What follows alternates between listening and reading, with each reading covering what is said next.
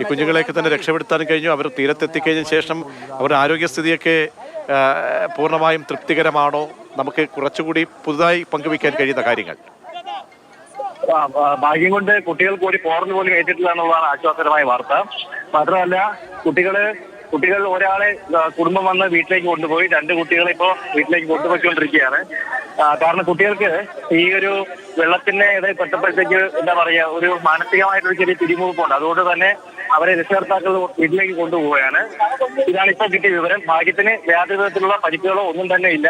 പക്ഷെ ഇതിനകത്തൊരു പ്രധാനപ്പെട്ട കാര്യം, ഇവിടെ ഫയർഫോഴ്സിനെ പോലീസിനെ അറിയിച്ച 3 യുവാക്കളുണ്ട്. അവർ വന്നിട്ട് ഇവിടെ പുഴയുടെ പക്കത്ത് പണി ചെയ്തുകൊണ്ടിരിക്കുകയായിരുന്നു. ആ 3 പേരാണ്. അവരുടെ പേരെന്ന് പറയുന്നത് സുദീപ്, രതീഷ്, രഞ്ജിത്ത്. ഈ 3 പേരാണ് ആദ്യമായിട്ട് ഈ കുട്ടികൾ ഇങ്ങനെ പുഴയുടെ നടുക്ക് പെട്ടതായിട്ട് കണ്ടത്.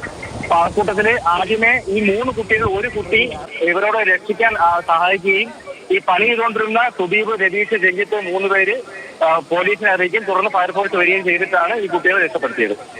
ബൽറാം, എന്തായാലും ആ 3 പേർക്ക് മാതൃഭൂമി ന്യൂസിന്റെ നന്ദി അറിയിക്കുക. കാരണം 3 ജീവനുകൾ രക്ഷപ്പെടുത്താൻ സമയോചിതമായി ഇടപെട്ടവരാണ്. ഒപ്പം ബൽറാം, ഈ പ്രദേശത്തൊക്കെ അലർട്ട് നേരത്തെ ഈ സംഭവം നടന്നപ്പോൾ മുതൽ അവിടെ ശ്രദ്ധിക്കണമെന്ന അറിയിപ്പുകൾ ഉണ്ടായിരുന്നു. കാരണം വിനോദസഞ്ചാരികളൊക്കെ വരുന്ന ഇടങ്ങളാണ്. അപ്പോൾ ഈ ഇരു കരകളിലുമുള്ള വനമേഖലകളിലൊക്കെ ഈ മഴ ശക്തിപ്പെട്ട സാഹചര്യം ഉണ്ടായിരുന്നു.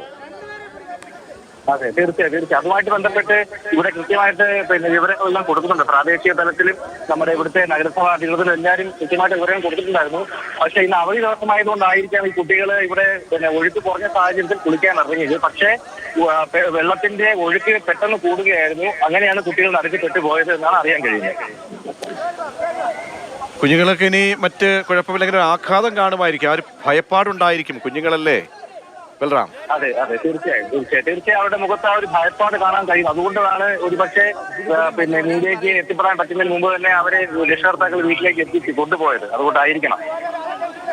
ശരി ബൽറാം, എന്തായാലും കൂടുതൽ വിവരങ്ങൾ പുതുതായി നമുക്ക് എന്തെങ്കിലും ഇതുമായി ബന്ധപ്പെട്ടൊക്കെ ഉണ്ടെങ്കിൽ വീണ്ടും വിളിക്കാം.